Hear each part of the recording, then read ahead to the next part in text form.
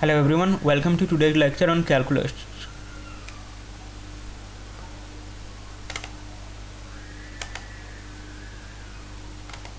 Y is equal to sec square px by q.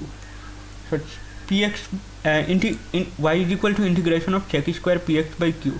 So px by q के sec square x মানে sec square x के যদি integrate করি তাহলে কি হয়, sec square x ইন্টিগ্রেট করলে আসে হচ্ছে tan x. সো এটা হবে হচ্ছে আমার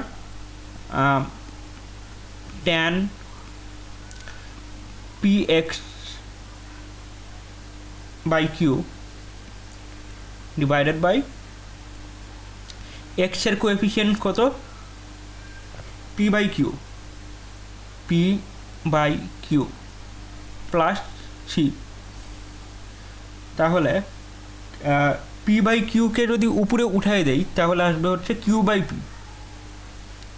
বাই p tan